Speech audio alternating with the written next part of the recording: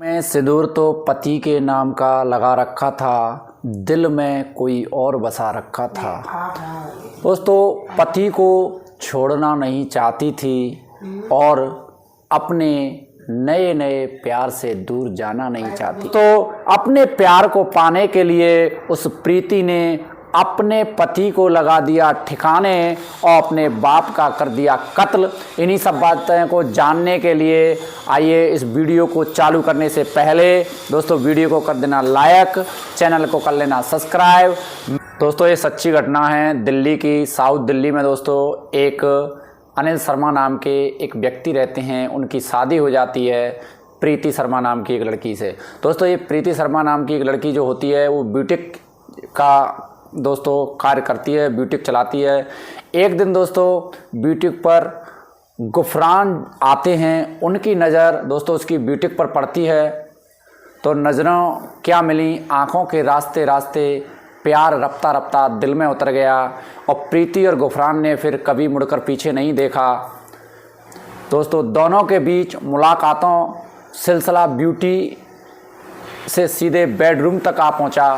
दोस्तों, इसके बावजूद कि प्रीति शादीशुदा है, बावजूद इसके कि उसके पति अनिल शर्मा इलाके के बहुत ही इज्जतदार, बहुत ही मशहूर व्यक्ति हैं, इसके बावजूद भी दोनों का नाजायज़ रिश्ता दोस्तों परवान चढ़ता गया और दोस्तों बहुत ही दोस्तों अय्यासियों का दौर उनके अंदर आ गया। लेकिन ज़्यादा दिन दोस्तों ये रिश्ता नहीं चला और इसकी जानकारी, इसकी भनक दोस्तों एक दिन अनिल शर्मा जी को उन्हीं के घर में, उन्हीं के बेडरूम पर दोस्तों आपत्तिजनक हालत में दोनों को देख लेते हैं।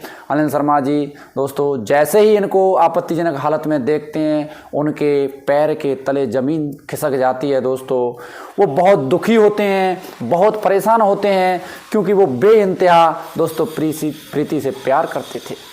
दोस्तों, अब दोस्तों एक तरफ पति है, दूसरी तरफ दोस्तों प्रीति का प्यार है।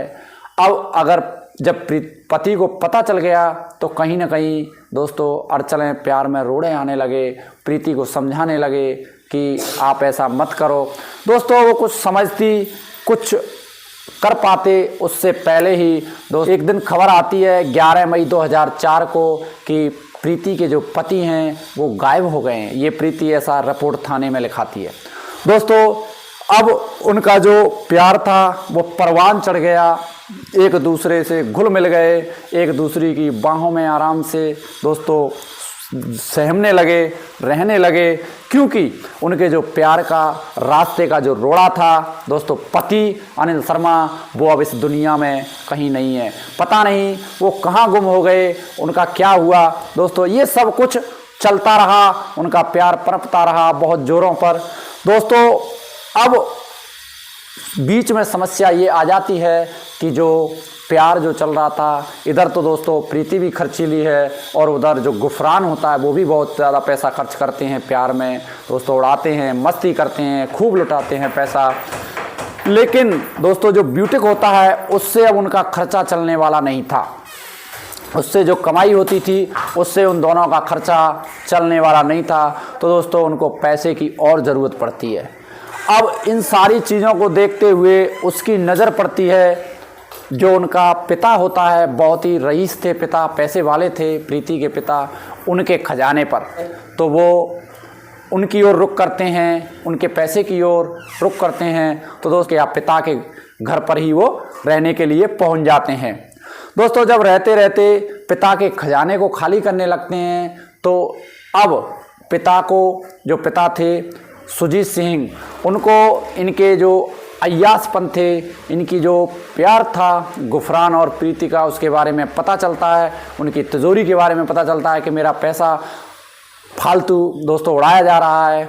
तो फिर एक दिन पिता दोस्तों ये डिसीजन ले लेते हैं कि जो तिजोरी का ताला था, तिजोरी को अपने कब्जे में करके ताला लगा देते हैं। अब दोस्तों उनको जो गुफरान था और प्रीति थी वो उनको पैसे की ज़रूरत पड़ती है बहुत ज़्यादा, उधर से पिता का पैसा मिलना बंद हो जाता है तो उनके ऊपर कर्ज हो जाता है, कर्ज तले दब जाते हैं दोस्तों।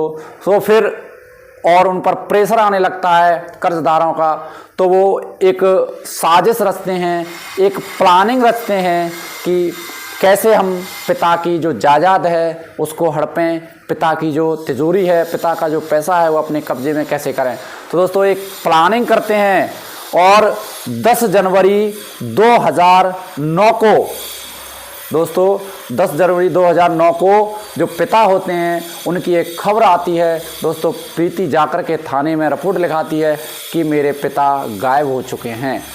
दोस्तों यहाँ पर पुलिस चकरा जाती है, पुलिस एकदम चकित हो जाती है कि एक ही घर में से दो व्यक्तियों के गायब होने की शिकायत। दोस्तों यहाँ पर पुलिस भी चक्कर में पड़ जाती है कि ऐसा कैसे हो सकता है। लेकिन यहाँ तक कि 7 साल हो चुके थे, पति का कोई अता पता नहीं था, पति की कोई खबर, कोई तलाश, कहीं से कोई सुराग नहीं मिल रहा था। पुलिस ने काफ़ी कोशिश कर ली, इसके बावजूद अब दोस्तों पिता की खबर और सामने आ जाती है कि पिता भी गायब हो गए। दोस्तों पुलिस का माथा ठनक जाता है, पुलिस भी सोच में पड़ जाती है कि अब करें तो क्या करें। दोस्तों लेकिन एक चीज़ जो थी वो पुलिस के जहन में आती है, पुलिस को इस चीज़ की दोस्तों विचार आता है कि जो प्रीति थी उसके चेहरे पर बिल्कुल शिकस्त नहीं थी। दोस्तों प्रीति का जो चेहरा था उस पर ऐसा लग नहीं रहा था कि इसका पति और इसका पिता दोनों गायब हो चुके हैं, ऐसा कहीं से नज़र नहीं आ रहा था। बस इसी को लेकर के दोस्तों पुलिस अपना पूरा दोस्तों फोकस करती है और उन पर दोस्तों इसी को सोचते हुए नज़र बनाती है। प्रीति के मोबाइल को ट्रेस किया जाता है। जब प्रीति के मोबाइल को ट्रेस किया जाता है तो पुलिस को ये पता चलता है कि ये गुफरान नाम के किसी व्यक्ति से इसकी बार बार हर रोज़, हर दिन, हर पल बातें होती रहती हैं। दोस्तों पुलिस जो गुफरान नाम का व्यक्ति होता है उसके भी मोबाइल को ट्रेस पर डालती है, इन दोनों के मोबाइल को ट्रेस पर डालती है तो पता चल रहा है कि इन दोनों के बीच अय्याशी का दौर चल रहा है। और ये आज से नहीं, कल से नहीं, जब से पति की ये रिपोर्ट लिखाई गई है कि वो गायब हो गए हैं, तभी 11 मई 2004 से इनका ये दौर प्यार का, अय्याशियों का चल रहा है। दोस्तों पुलिस इस चीज़ को बारीकी से खंगालती है, बारीकी से लेती है और दोस्तों इनकी गिरफ्तारी जो प्रीति होती है उसकी 12 जनवरी 2009 को दोस्तों पुलिस उसको उठा लेती है। जब इससे सख्ती से पूछा जाता है तो दोस्तों पहले तो ये उधर उधर की बातें करती है दोस्तों, लेकिन पुलिस की मार के आगे तो भूत भी भगते हैं। दोस्तों पुलिस पे तो वो सब हथकंडे होते हैं जिनसे अच्छों को दोस्तों काबू में लाया जा सके। जब पुलिस इनको और ज़्यादा सख्ती से पूछती है तो दोस्तों ये कहती है कि हाँ मैंने ही अपने पिता का कत्ल किया है। तो दोस्तों पुलिस इससे फिर बारी और पूछती है कि कैसे कत्ल किया, क्यों कत्ल किया।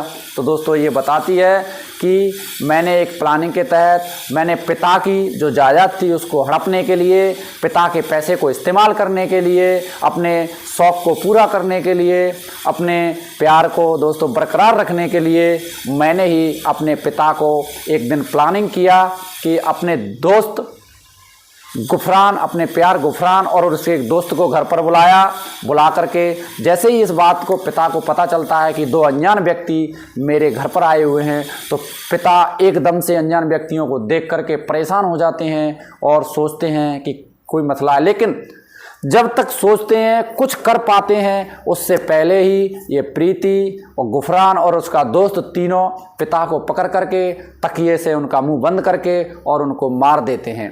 मार करके लाश को ठिकाना लगाना था तो दोस्तों एक कपड़े में बंद करके उनको और गंगा में बहा देते हैं। अब ये सिलसिला दोस्तों चलता रहता है। इनकी सुबह दूसरे दिन रिपोर्ट लिखाती है प्रीति दोस्तों। जब रिपोर्ट लिखाती है जिससे कि किसी को ये ना पता चले कि इसका मर्डर प्रीति ने किया है, लेकिन वो कड़ी खुल जाती है दोस्तों 3 साल बाद।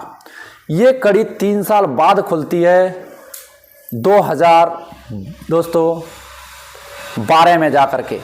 और जब 2012 में फिर इनसे पूछा जाता है सख्ती से, जब तीनों को हिरासत में लेके गुफरान और उसके दोस्त और प्रीति तीनों को दोस्तों हिरासत में लेके पूछा जाता है कि जब पिता के कत्ल तुमने किया है तो हो सकता है कि प्रीति के पति अनिल शर्मा का भी कत्ल आपने ही किया होगा।